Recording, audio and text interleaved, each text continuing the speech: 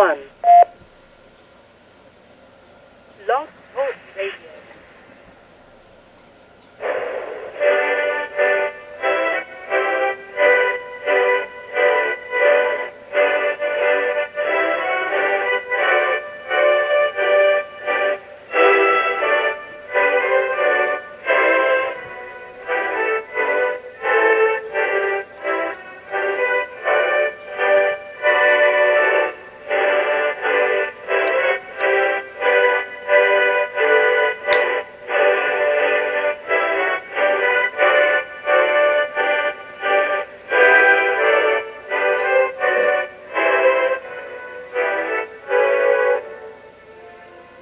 Boa noite, meus amigos. Estamos aqui de volta. Como sempre, começamos invocando a Santíssima Virgem Maria, o Santo Padre Pio de Pietrelcina, para que rogue a Deus que nenhuma injustiça se cometa nesse programa. Queria lembrar a vocês o curso que eu vou proferir aqui em Colonial Heights, de 17 a 22 de outubro, Raízes da Modernidade, somando ali as conclusões de vários estudos parciais que eu fiz sobre vários pensadores entre 1500 e 1700, mais ou menos. Inscrições e informações com o Sr. Eduí, telefone 041 9974 4443 ou 041 3527 0987. Lembrar também que esse programa está sendo transmitido pelo Facebook com imagem e som. Um lembrete aqui que eu queria dar a vocês é o seguinte: existem muitos sites e muitos movimentos que se intitulam conservadores, direitistas, cristãos, etc, etc. Eu quero deixar claro que eu não participo de nenhum e não apoio formalmente nenhum. Não sou membro de coisa nenhuma, não sou participante de nenhum movimento, nenhum partido e, por princípio, eu não apoio movimentos e não apoio partidos. Eu apoio ações determinadas. Quando um partido ou um movimento faz alguma coisa que eu acho certo, então eu dou apoio naquele ponto específico, sem me comprometer com o restante do seu programa, da sua estratégia, etc, etc. E sugiro que aqueles que são meus alunos façam o mesmo, né? Evidentemente é apenas uma sugestão e não uma ordem, mas é um conselho que me parece sábio, mesmo porque tem surgido alguns sites que são anônimos ou assinados por pseudônimos. Olha, isso é uma coisa absolutamente intolerável. A Constituição brasileira proíbe o anonimato. Você quer colocar uma mensagem política qualquer, tenha pelo menos a hombridade de assinar o seu nome. Se você não faz nem isso, então eu não posso respeitar, ainda que as ideias que você divulgue, até mesmo se você disser que você se inspirou na minha pessoa, que na maior parte dos casos é mentira. O indivíduo que se inspira no meu exemplo jamais vai assinar uma coisa com um pseudônimo. Eu nunca assinei com um pseudônimo. Tudo que eu publiquei com o meu próprio nome. E se é um princípio constitucional, então não tem discussão. Então não venha com a história de site conservador. Tinha até um sujeito que botou o nome de um deputado italiano, no lugar do nome dele. Fala, o que é isso, meu Deus do céu? Então não estou discutindo a sua política, nem a sua ideologia, nem coisa nenhuma, mas existe um mínimo de princípios éticos que nós temos que seguir com esse meio de comunicação que nós temos, que é a internet, que ela facilita o anonimato, ela facilita, vamos dizer, a fraude, a falsificação, a falsa identidade. Então não vamos tirar proveito disso aí, para enganar as pessoas, Não façam isso. Então nenhum site ou nenhum movimento venha dizer que conta com o meu apoio, tá certo? Não apoio movimentos, não apoio partidos, não apoio organizações. Apoio atos quando acho que são certos ou ideias quando me parecem razoáveis. Também, falando nisso, eu queria aqui ler para vocês um artigo que eu acabo de enviar para o Diário do Comércio, comentando acontecimentos desta semana. O artigo fala por si, eu não preciso nem dizer de quem que eu estou falando. O artigo chama-se Todos contra Um. Saudosos tempos aqueles em que os jovens esquerdistas investiam galhardamente contra cavalarianos armados de sabres. Hoje, eles se reúnem às centenas para intimidar um homem só, minoria absoluta no Congresso, e se acham uns heróizinhos por isso. Ou, montados no apoio do Estado e de ONGs bilionárias, se articulam maquiavelicamente para cortar os meios de subsistência de um pai de família que, perseguido e acuado em sua terra, vaga de país em país com a mulher e 4 filhos, rejeitado e humilhado por toda parte, sem ter onde cair morto. Quem quiser conhecer a alma da juventude militante hoje em dia, que dê uma espiada no site, aqui eu dou 2 indicações do site, uma com aquele vídeo dos estudantes cercando o deputado Jair Bolsonaro na saída de uma conferência, e o outro, a matéria do Mídia Sem Máscara, sobre este caso das organizações que se juntaram para solicitar à empresa de remessa de dinheiro PayPal que cortasse a conta do Júlio Severo. O Júlio Severo, né, já trocou de país umas 15 vezes, ele fica 3 meses num país, não pode ficar mais, vai em outro, ele com a mulher e 4 filhos, realmente não tem recurso, e esse pessoal todo, toda esta cambada, vamos dizer, milionária, com apoio internacional, se junta e valentemente sai perseguindo o Júlio Severo.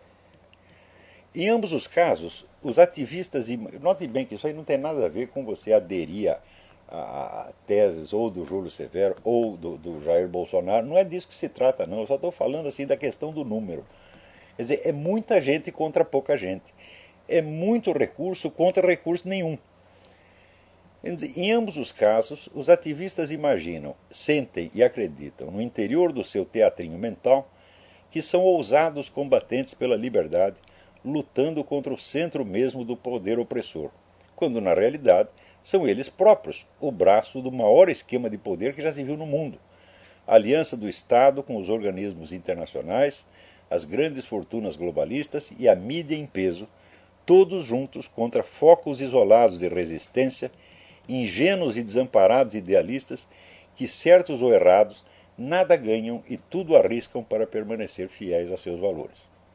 É a caricatura grotesca, a inversão total da coragem cívica, a perda radical do senso da equivalência de forças, das leis do combate honroso, que um dia prevaleceram até em brigas de rua entre malandros e hoje desapareceram por completo nos corações daqueles que, para cúmulo de ironia, continuam se achando a parcela mais esclarecida da população. Quem os ensinou a ser assim?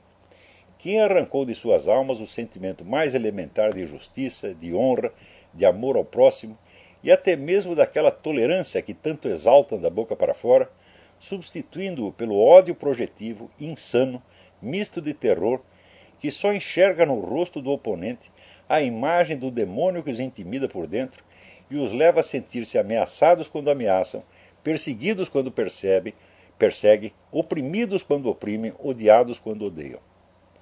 Quem os ensinou a temer a tal ponto os argumentos vindos de uma voz solitária, que ao menor risco de ouvi-la, sentem a necessidade de sufocá-la com gritos e ameaças e acreditam ser isso a apoteose da democracia, da liberdade e dos direitos humanos?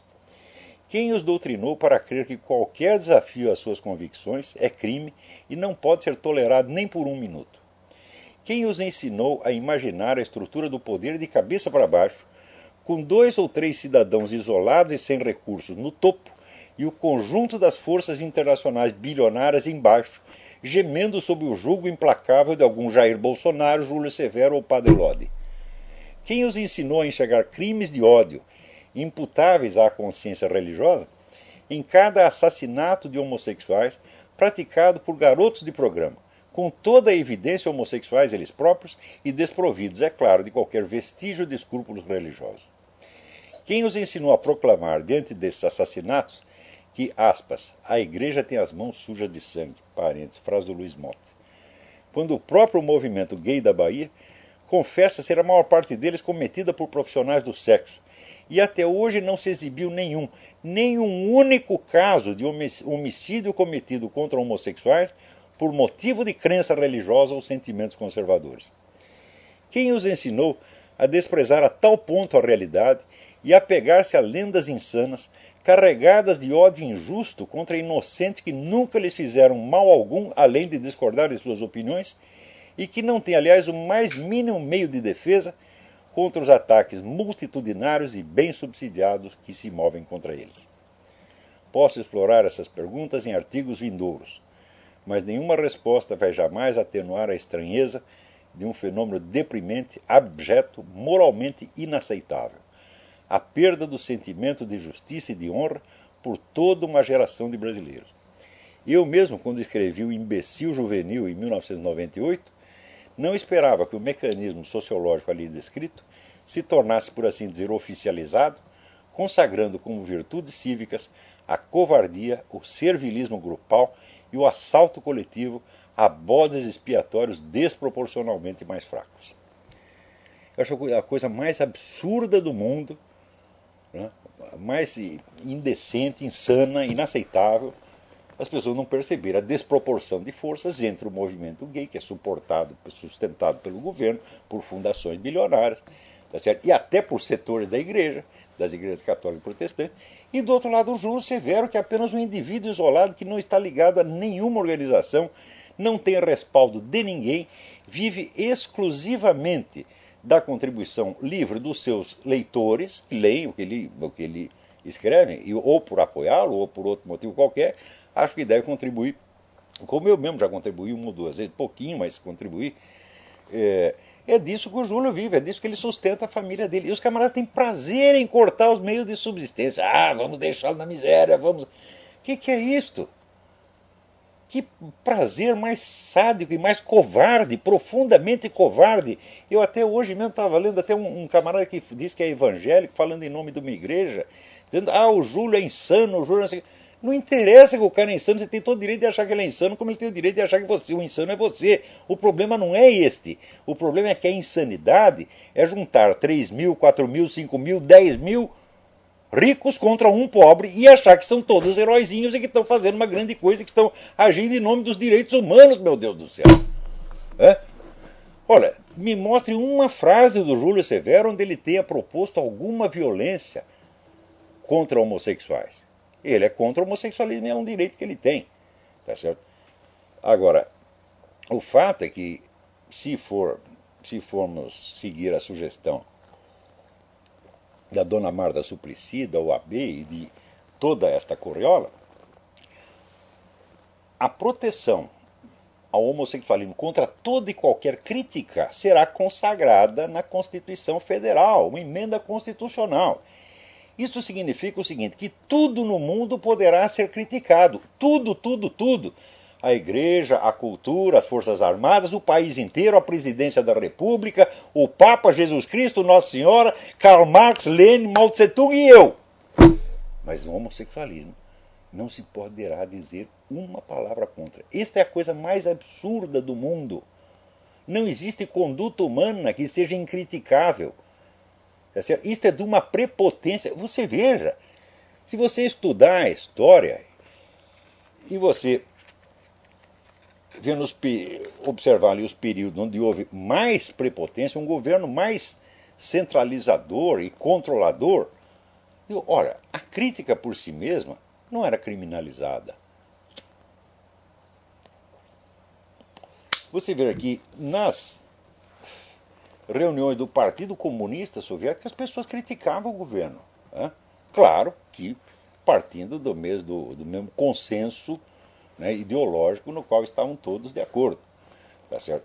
Quer dizer, criticavam em nome dos interesses do comunismo, em nome do marxismo, etc, etc. A história das dissidências internas, das dissensões internas do Partido Comunista, do Partido Nazista, da Santa Inquisição. Veja, a Santa Inquisição e o Papa viveram brigando ao longo dos séculos. A Inquisição condenava um cara, o Papa mandava soltar, e, em suma, quando você vê esta imagem da Idade Média como um período de predomínio da autoridade tirânica, eu digo, mas, meu Deus, a autoridade não era tirânica ao ponto de proibir críticas, nem mesmo ao Papa. Agora, de repente, o homossexualismo se torna uma coisa intocável. É claro que isso é psicótico. É claro que essa dona Marta Suplicy, tá certo? Pelo menos nesse aspecto, vamos dizer, ideologicamente psicótica. Não digo que seja psicótica em todos os setores da sua vida, mas quem quer que proponha a intocabilidade, a incriticabilidade de qualquer conduta humana que seja, inclusive a minha, É um louco. Imagina se eu vou lá, eu assumo a presidência e digo, está aqui, o Olavo de Carvalho é incriticável. Toda crítica ao Olavo de Carvalho será considerada crime de ódio, por quê? Porque pode, longínqua, você escreve assim, o Olavo de Carvalho é um idiota. Daí no dia seguinte alguém resolve dar um tiro no Olavo de Carvalho e pronto, o sujeito que escreveu que eu sou um idiota se torna culpado daquele crime. Agora, no caso dos crimes praticados contra homossexuais, me mostrem um em que o sujeito chegou lá de Bíblia no braço e disse, vou matar o homossexual porque ele é um pecador. Não tem nenhum. Agora, tem um delegado até que confessa que a maior parte desses crimes são feitos por garotos de programa, mas eles não se consideram gays. O quê? Que história é essa? Se o sujeito não é homossexual, se ele não tem aquele impulso homossexual, eu vou dizer claramente para ele, pode deixar um homem pelado na frente dele que o pau dele não levanta, porra. É a coisa mais óbvia do mundo. Hã? Você me traz o Luiz Mota aqui, põe ele pelado, vira as costas e vai ver o que acontece. O meu peru desaparece. Você está entendendo? Ele some, né?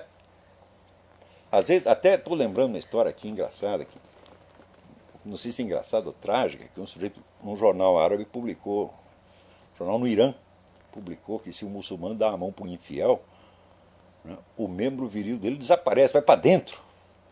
Né? Daí um jornalista americano escreveu assim, eu compreendo perfeitamente o seu sentimento. Eu experimentei a mesma coisa quando cumprimentei o senador Clinton. Então, olha, o que aconteceria comigo seria esse efeito. Você põe o Luiz Mota pelado aí na minha frente, o meu peru desaparece. Tá? E talvez eu abdique de relações sexuais pro resto da minha vida, tão traumatizado eu vou ficar. Você imagina pôr o Lula na minha frente pelado? Hã? Como ficou lá, diz ele que ficou naquela cadeia lá onde ele esteve, que ele queria, né, que tentou estuprar o tal do menino do MEP, né, e só não fez porque o cara reagiu a porradas. Eu digo, olha, uma coisa dessa eu não tenho nem energia para dar porradas, eu vejo o Lula pelado e eu desmaio, tenho um infarto, tá entendendo? Então, se o cara consegue ter relações sexuais com o outro homem, é porque ele é homossexual, algum instinto, algum desejo homossexual ele tem. Não é como a prostituta feminina, que é só questão de abrir as pernas e o cara faz o que quiser. Né? Se vocês têm alguma experiência disso, espero que tenham. Com o homem não é assim, meu filho. Né? A mulher pode não fazer nada, ficar lá passivamente, mas o homem, ele tem que fazer alguma coisa. E para fazer alguma coisa, ele precisa ter os meios, tá certo? Anátomo-fisiológicos de fazer. E se aquele meio se recusa a trabalhar, nada vai acontecer. Então como é que vem dizer, o cara que vai lá para a cama com o gay ainda leva dinheiro por isso, não é gay. O que é isso, meu Deus do céu? Hã? Então, vamos dizer, na mais generosa das hipóteses, o cara é bissexual, ele vai lá, sai com os seus clientes e tal, e depois vai transar com a menininha. Mas é evidente que outra coisa, tem outro lado. Supõe que o garoto de programa não é homossexual, que ele está fazendo aquilo apenas por pressão financeira. Né? Então, isso significa que o homossexual o está explorando. E ele, então, num ato de revolta, ele mata aquele que o explora. Quer dizer, das duas, uma, ou o cara é homossexual, ou é uma maldita exploração capitalista. Né? Então, isso aí não tem saída. Então, ora, se formos fazer uma discussão séria a respeito disso, vocês verão o seguinte. É óbvio que toda pessoa deve ter a sua privacidade resguardada e ninguém tem nada a ver com os seus hábitos sexuais, não devem ser expostos a nenhuma humilhação pública, muito menos a perseguição, discriminação, nada disso. É claro que tudo isso tem que ser protegido. Tá certo? Isso aí nem se discute, tá certo? Porém, qual é a gravidade do problema homossexual no Brasil? O máximo que eles conseguiram apontar o ano passado foi 187 assassinatos. Desses 87 assassinatos, até hoje nós não sabemos quanto. Eles dizem que as classes que mais matam homossexuais são garotos de programa e vigilantes noturnos.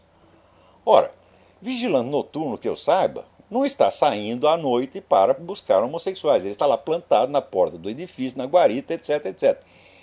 E se ele matou algum homossexual, foi no exercício da sua função. Pode ter sido um ato até criminoso, tá certo? Mas Ele certamente não foi buscar o homossexual para matá-lo. E, além disso, nós teríamos que fazer uma estatística de quantas outras pessoas os vigilantes noturnos mataram durante um ano. Tá certo?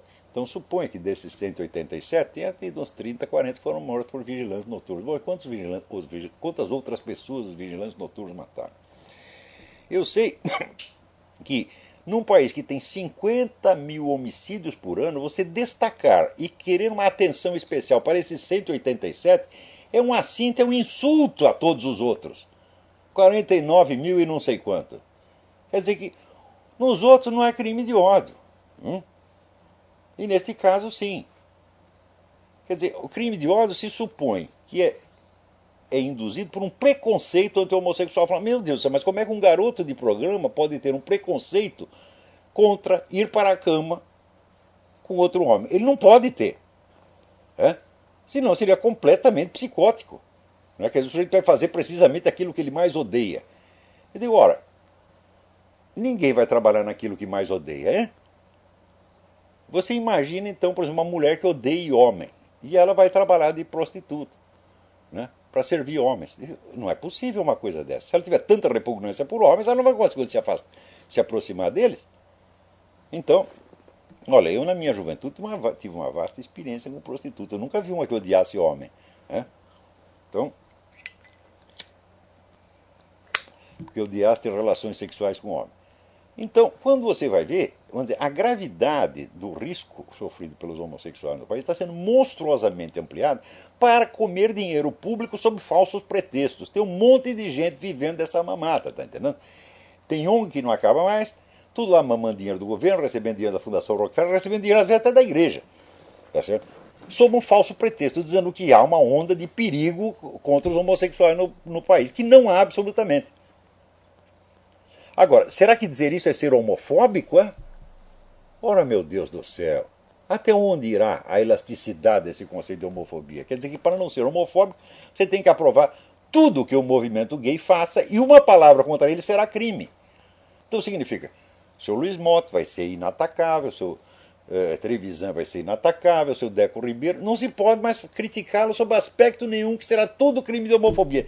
Isto é o que quer esta doida, irresponsável da Marta Suplicy e esse pessoal da OAB, tá certo? Que não merece respeito algum. No Brasil, nenhuma entidade merece respeito, a começar pelo tal do STF. Outro dia não estava o ministro do STF dizendo os crimes de ódio se aproximam aos crimes de sangue. Ele acha que crime de ódio é você escrever sobre uma conduta, contra uma conduta qualquer. Você escreve assim, homossexualismo é pecado. No dia seguinte, um garoto de programa mata o homossexual, a culpa é sua. O que é isto?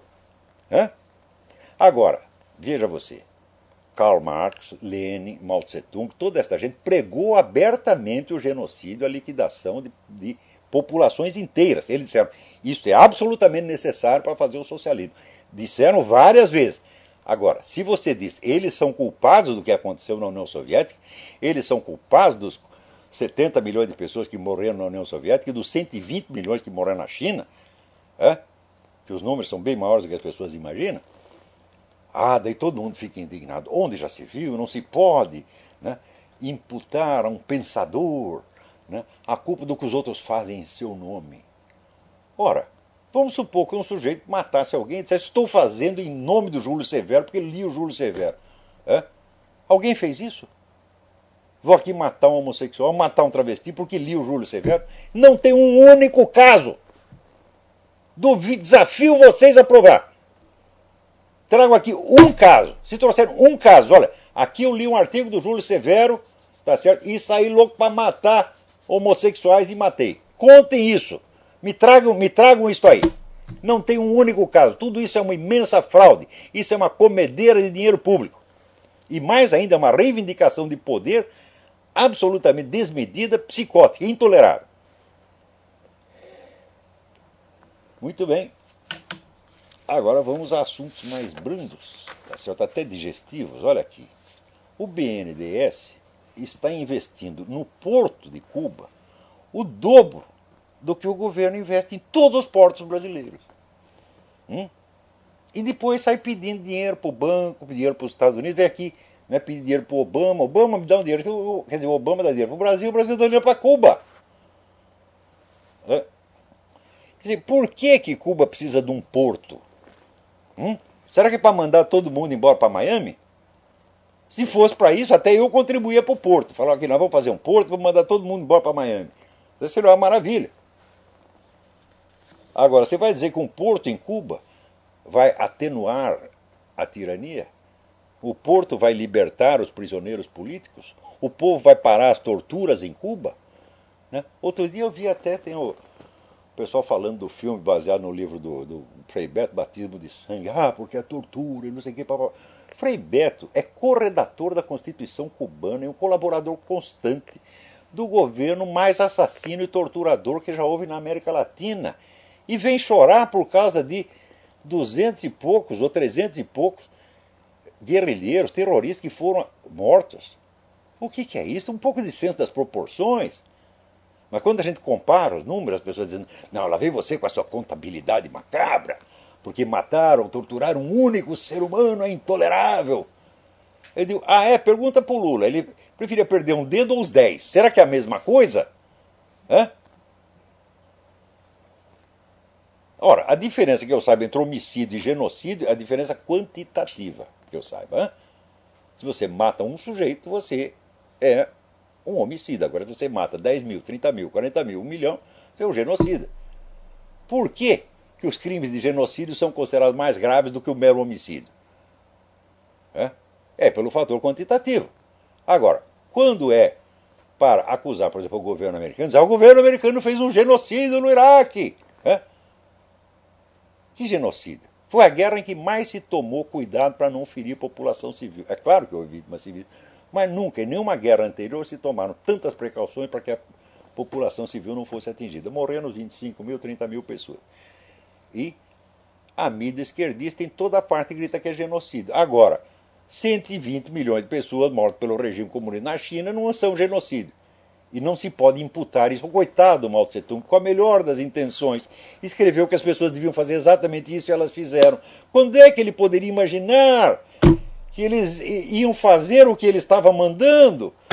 Karl Marx diz, não, nós precisamos liquidar uns quantos povos inferiores. Charles Darwin diz, vai ser preciso liquidar uns quantos povos inferiores. Deve alguém faz exatamente isso. Ele diz, jamais imaginei que fosse fazer o que eu mandei.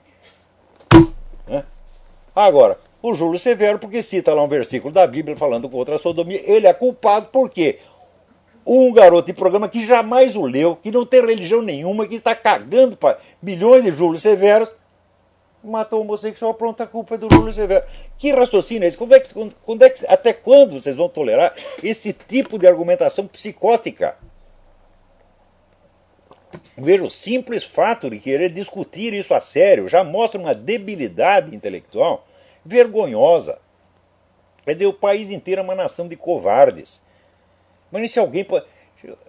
Chega lá para os altos oficiais das Forças Armadas, pergunta a opinião dele. O que o senhor acha disso aqui? Nós vamos fazer uma lei que se o sujeito disser que a Bíblia proíbe a sodomia, pronto, ele vai para a cadeia e pega de 2 a 5 anos de cadeia. O que o senhor acha? Essa putada toda do alto comando das Forças Armadas vão tudo tirar o cu da seringa e dizer, não sei, nós não nos metemos em política.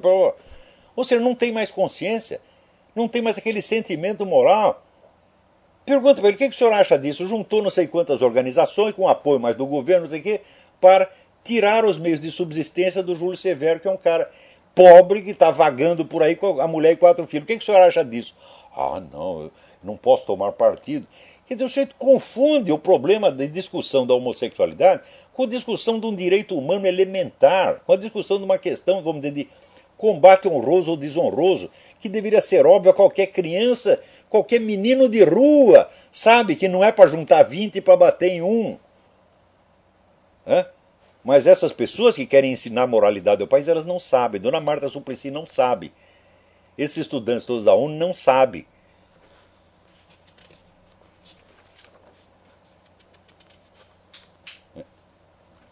Agradeço, enquanto isso, os votos da minha querida Sheila Figlers pelo Ano Novo Judaico. Tudo de bom para vocês todos aí. Quem está na linha aí? Alô? O professor Lázaro? Eu? Oi, tudo bem, Marcelo? Dornelas aqui de Vitória. Tudo bem, Marcelo? Tudo bem, senhor, como é que tá? Aqui tudo certinho, graças a Deus. Sempre que eu posso, eu escuto seu programa, professor. E eu estou até ligando, vou fazer uma colocação, depois eu gostaria de fazer uma pergunta. Eu sempre observo as pessoas ligando para aí, perguntando sobre maçonaria. Eu sou evangélico e a posição da igreja evangélica, não sei se é a mesma da católica, mas em geral nós não temos nada contra pessoas participarem de ONGs sociais, entidades filantrópicas, né? Mas nós vemos a maçonaria mais que isso. Acreditamos que se trata assim, de uma seita ecumênica com práticas de ocultismo. Inclusive o tio de minha mãe é maçom, e pelo que eu li, conversei também, pude constatar isso. Então, os evangélicos reprovam que seus membros se envolvam com ocultismo, quiromancia, tarô, astrologia, jogos de azar. Eu acho que essa é também a posição da Igreja Católica, né? Inclusive eu postei um vídeo com uma palestra do pastor Paulo Romeiro falando justamente sobre a maçonaria ser uma religião, né? Mas eu gostaria que o senhor me esclarecesse nesse assunto, aproveitar e perguntar, que eu estudo política e economia, quais foram os motivos que levaram os Estados Unidos a abandonar a política econômica do sistema americano de Alexander Hamilton para o sistema britânico de Adam Smith. E eu gostaria de saber também a opinião do senhor sobre os pré-candidatos dos Estados Unidos, Shelley Batman e Rick Perry. Se possível, que o senhor fizesse um comentário sobre Magalhães Pinto e Otávio Mangabeira. Mas é muita coisa para o programa só. Então vamos nos ater a um ponto específico, a questão da política econômica americana. Isso. Olha, em primeiro lugar, os Estados Unidos jamais seguiram a política, vamos dizer, as recomendações liberais de Adam Smith. Nunca, nunca. Quer dizer, houve uma tendência intervencionista desde o início, a qual se tornou mais pronunciada a partir do governo de Abraham Lincoln. Lincoln havia lido os livros do economista alemão Georg List, que tinha a ideia da economia autárquica, quer dizer, com um país que não precisava de nenhum outro, não precisava nem de exportação nem de importação, produzia tudo e era autossuficiente. E para isso era preciso, obviamente, um governo centralizador. Então, a partir daí, quer dizer, a tendência intervencionista ela começa com Abraham Lincoln, se torna mais pronunciada a partir do Woodrow Wilson e se consolida no tempo do Franklin Roosevelt e se radicaliza, vamos dizer, nas últimas décadas, sobretudo agora com o Obama, né, com esse famoso Medicare, que a propósito, vamos dizer, a pretexto de assistência médica, confere ao governo americano poderes absolutamente ditatoriais. Por exemplo, um item do Medicare, Obamacare, como o pessoal chama. O governo tem o poder de mandar matar qualquer paciente. Se tem lá um paciente que está terminal, está ruim, o governo decreta que ele tem que morrer. E se o médico não matar, o médico vai para a cadeia. Outra coisa do Obamacare, todos os médicos vão ter que ganhar a mesma coisa. Quer dizer, tem achatamento salarial total. Né? Quer dizer, o governo dá aquela tabelinha e todos têm que ganhar exatamente a mesma coisa. Quer dizer, se você consulta um analfabeto incompetente que pode te matar, no dia seguinte você consulta um gênio que te cura em 20 minutos, vão receber exatamente a mesma coisa. Outra coisa, o governo introduz o racionamento no tratamento de pacientes cancerosos e de pacientes idosos. E, ao mesmo tempo, abre assistência médica gratuita para todos os imigrantes ilegais. Quer dizer, está tomando os mais necessitados, que durante anos pagaram a Previdência Social, que trabalharam durante 40, 50 anos, e que agora na velhice precisam de assistência. Não, você não vai ter, nós tomamos de você para dar para o sujeito que entrou aqui ilegalmente, que está aqui sem documento, e que pela lei não tem direito nenhum, de repente através do Obamacare você dá direitos a eles. É o que eu já expliquei várias vezes, que hoje em dia você não precisa mais legislar sobre um assunto específico, você vai indiretamente, através de meios administrativos. Então, olha, eu garanto para você que muitos deputados que estão a favor dessa porcaria do Obamacare, eles nem perceberam as consequências políticas do que eles estão fazendo. Eles não perceberam que cidadãos americanos que deram a vida para esse país estão sendo prejudicados para atender bandido que atravessou aí a fronteira, às vezes carregado de cocaína e que está aí matando, roubando, etc, etc.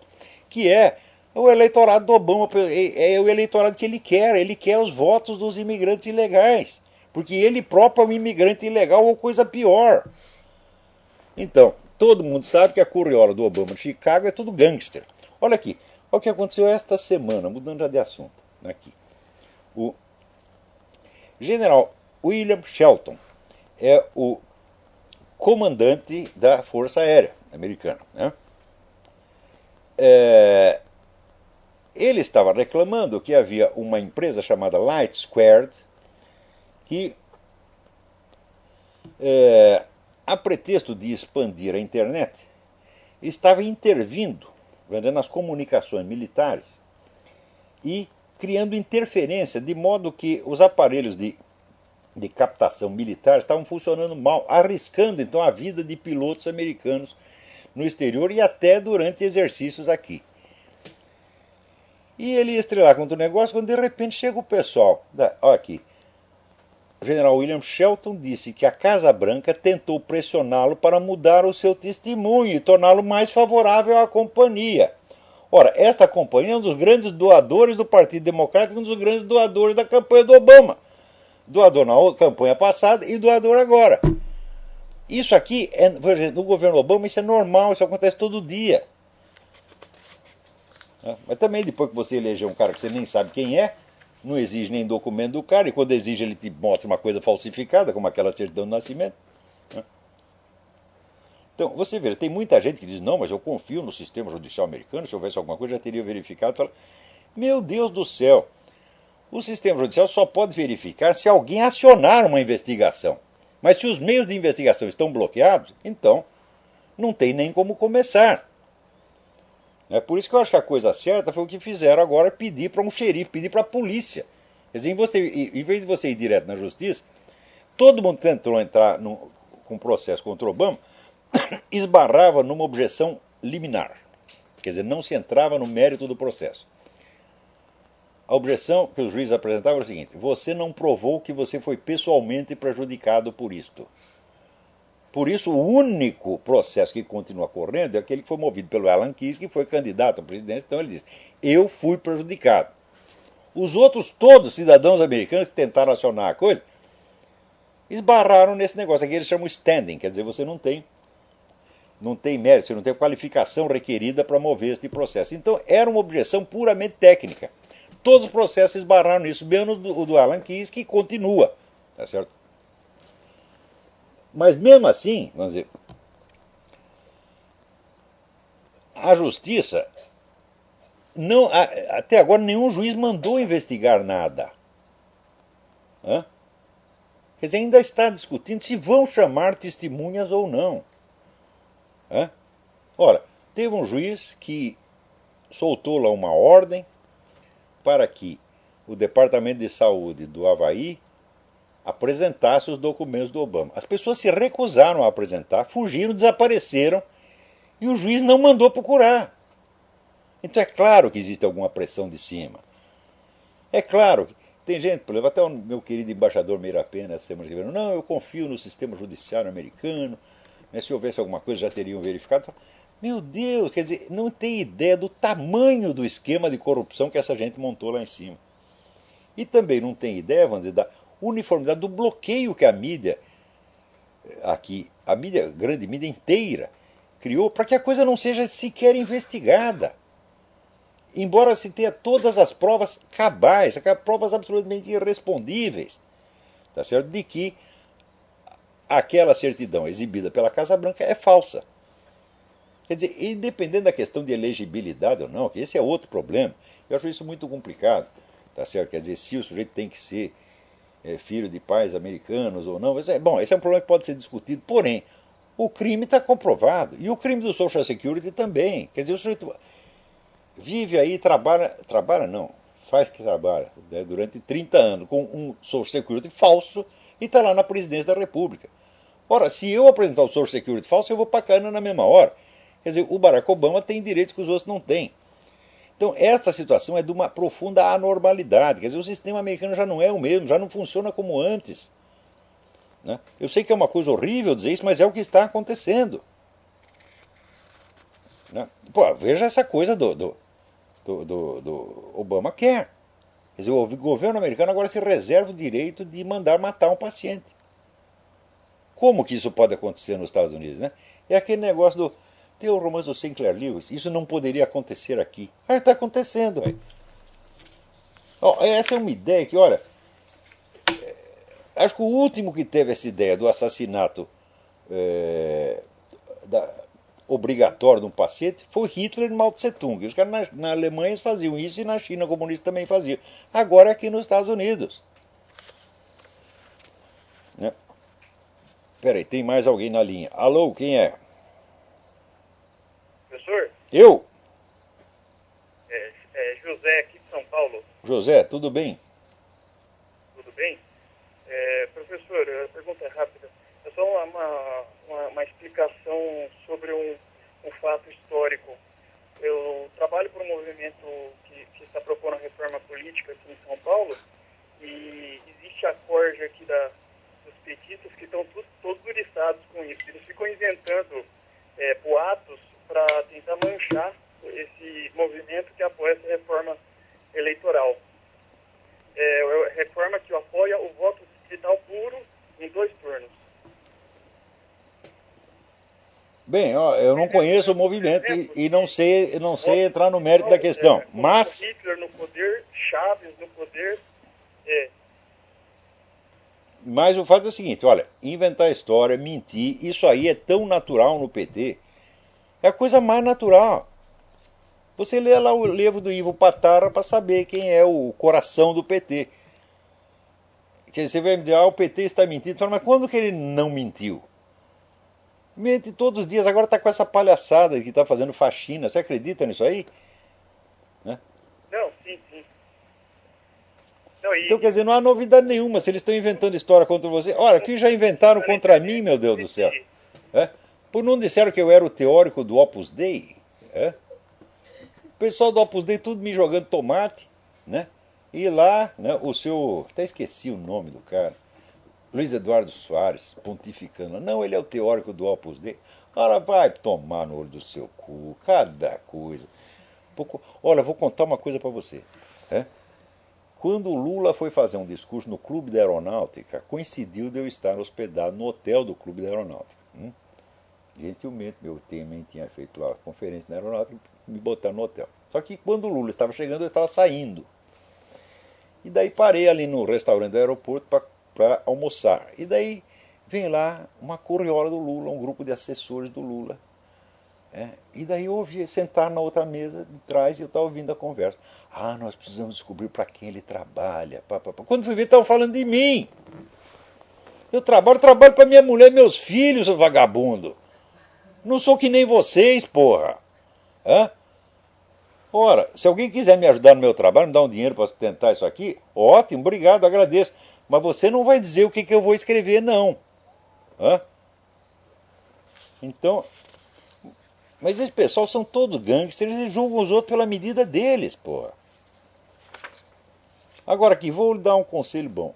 Aqui, saiu aqui, né, no site Daily Caller, né, uma pesquisa que o sujeito reuniu resultados de várias pesquisas publicadas no Psychological Bulletin, Journal of Personality and Clinical Studies, Social Science Research, Preventive Medicine, Demography e muitas outras.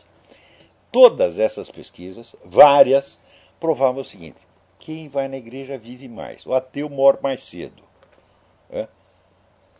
Não estou dizendo que isto signifique nada, tá certo?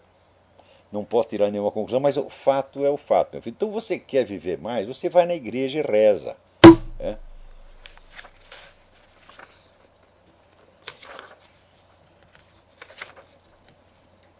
Agora, esta semana está lá a dona Dilma fazendo a apologia do Estado palestino na ONU. Ora, Por que de repente apareceu essa votação do Estado palestino na ONU?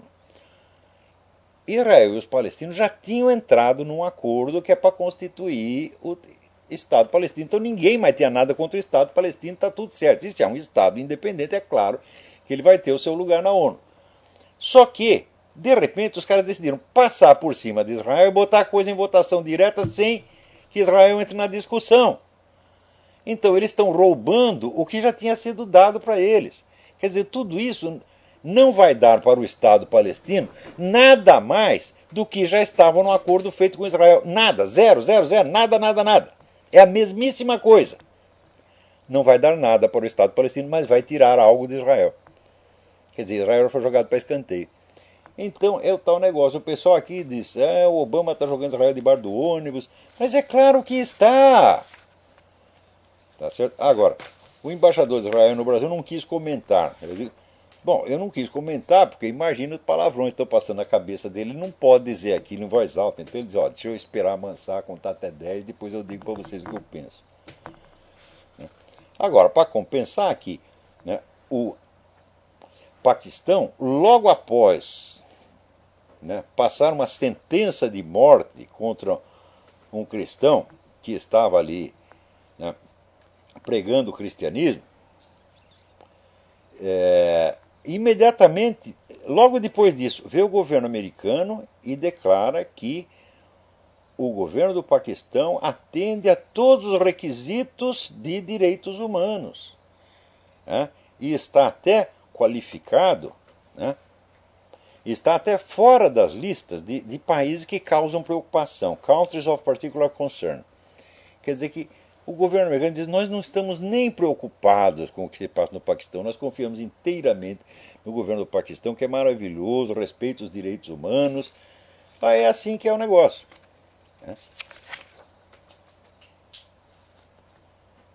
Espera aí, tem mais alguém na linha aí. Alô, quem é? Alô, professor? Sim. Aqui é o Rodolfo de Santa Catarina. Rodolfo, tudo bem?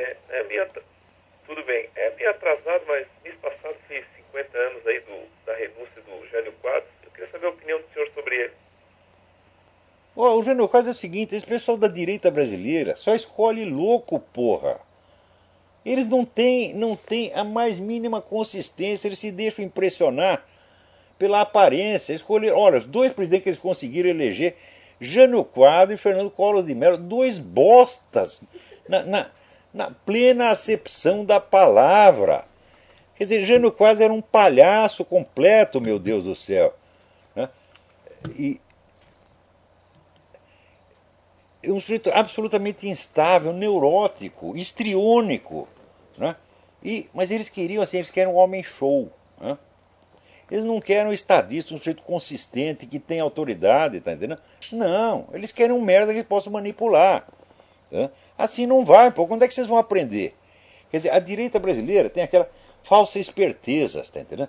Quer ser maquiavélica. Mas não é assim que se faz as coisas. Já expliquei para você, Maquiavel era um bosta. Maquiavel não entendia nada de política. Maquiavel sempre esteve do lado perdedor. Você lê os livros do Maquiavel e fala, legal, vou fazer isso aqui. Fala, bom, agora estuda a vida do Maquiavel. Maquiavel era um pé rapado que vivia dos favores dos seus inimigos, tá entendendo? Ficou lá anos descendo o cacete no Papa, depois foi lá pedir para o Papa um empreguinho, o Papa ficou com dó e deu. Quer dizer, todo admirador de Maquiavel é um idiota completo. Então, olha, criar essas duas figuras, Jânio Quadros e depois Fernando Collor de Mello, já é uma prova de incompetência, de amadorismo tão grande, que, olha, a direita saiu da história no Brasil e mereceu sair da história. Isso não quer dizer que aqueles que ocuparam o lugar merecessem. PT, esquerda, merece um lugar na privada. Mas a direita nem isso, meu Deus do céu. Eu lembro da história, eu penso da direita brasileira, eu lembro aquela história em quadrinho do Robert Crumb. Era a história... Robert Crumb é um desenhista fantástico que tinha nos anos 60, nem sei se está por aí ainda. E ele escreveu a história no sujeito que estava tão deprimido, que ele se enfiou na privada e puxou a descarga. E quando ele chegou lá no fundo do esgoto, ele foi rejeitado pelos cocôs. Os cocôs disseram, nós não queremos você aqui, você vai emporcalhar o ambiente. Tá certo? Então, a direita brasileira é isso, meu filho. A esquerda é um cocô, mas a direita é aquele sujeito que é desprezado pelo cocô. Então, olha aqui, mas não é só no Brasil, não é só no Brasil. Olha aqui que coisa, a notícia da BBC Brasil. O presidente da Colômbia, Juan Manuel Santos, visitou neste domingo a cidade de Marquetalia, onde surgiram as Forças Armadas Revolucionárias da Colômbia, FARC, e pediu que a guerrilha abandone as armas e renuncie à violência.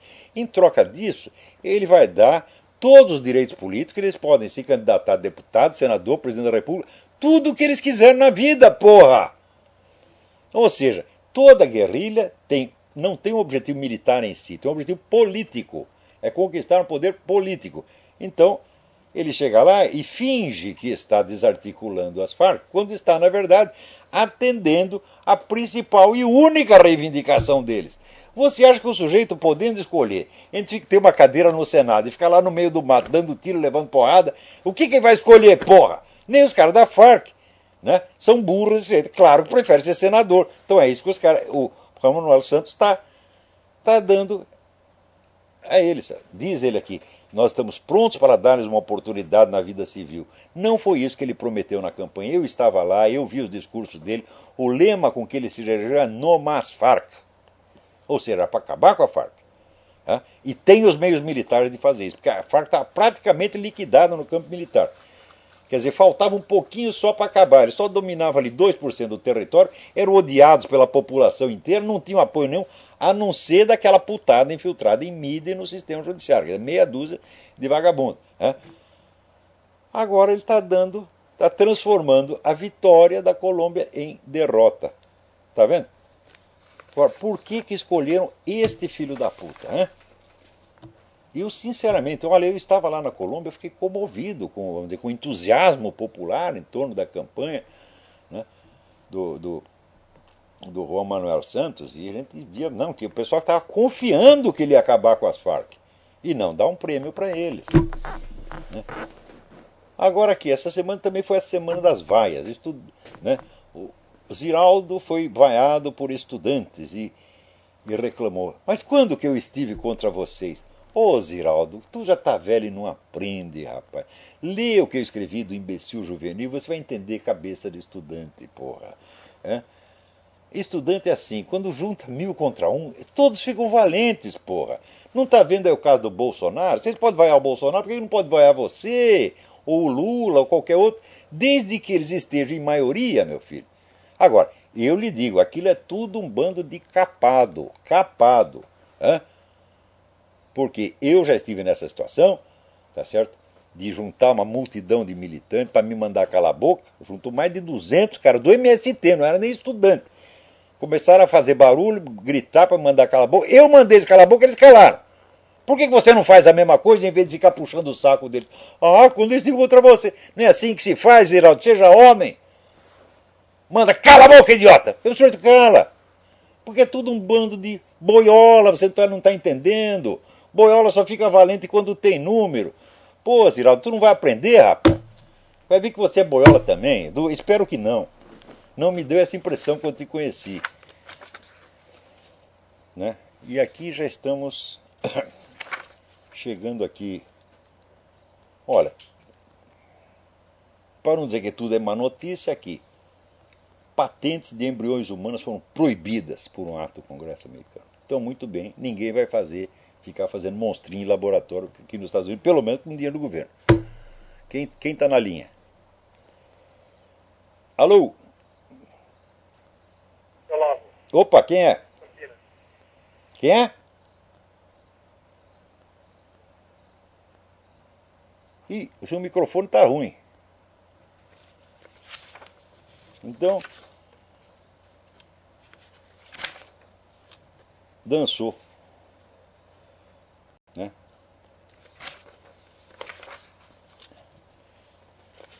Então, bom, nós já chegamos aqui. Ó, voaram o Lula e o Fernando Haddad, porra. Né? Então diz que eles saíram até brabinho, batendo o pezinho. Mas não são homens nem para reagir. Vocês são incapazes de imaginar o Lula mandando a multidão dos seus militantes calar a boca, mas nunca que ele vai fazer isso. Né? Isso fiz eu. Né? E tenho 2 bolas aqui, você está entendendo?